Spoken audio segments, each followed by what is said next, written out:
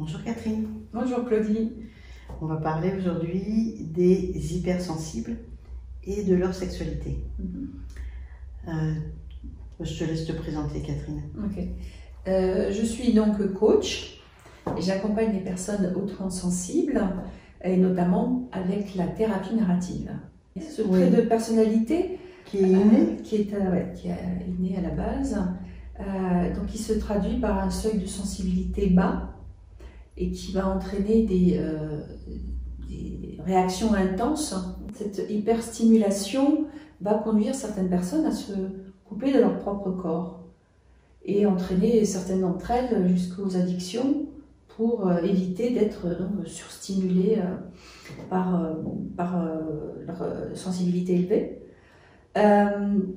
C'est aussi un cerveau qui tourne à plein régime, qu'on a du mal à débrancher. Donc ça aussi, dans la relation sexuelle, la relation intime, ça peut être une difficulté, un frein à un épanouissement et à se lâcher prise. Effectivement, cette saturation qui peut venir au niveau du cerveau, mais y compris physique, elle va demander de se retirer et surtout mettre au repos les surrénales.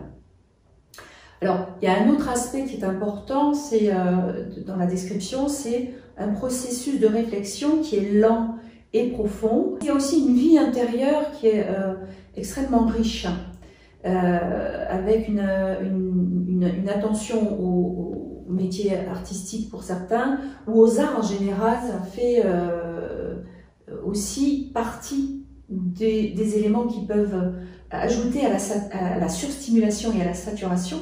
Les aspects positifs comme négatifs peuvent amener à être un petit peu submergés, on dirait.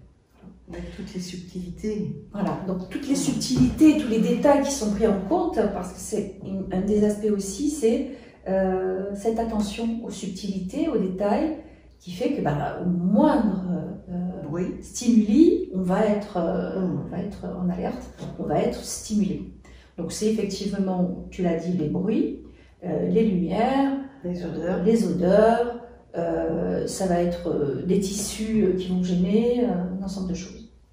Et qui va faire aussi que, en rentrant dans une pièce, pour certaines personnes, elles vont saisir les humeurs, les ambiances. Donc ça peut être très très handicapant au vécu, mais l'idée de l'accompagnement, c'est aussi de montrer que c'est du positif à la base.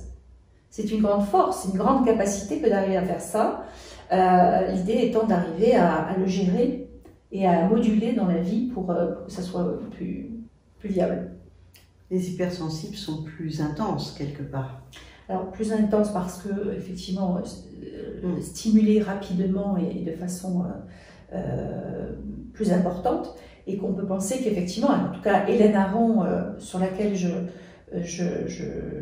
m'appuie pour dire toutes ces choses-là, effectivement, elle dit que il y a une propension à être plus dans l'intensité des sensations, donc des orgasmes, du désir et tout ce qui concerne la relation sexuelle et intime.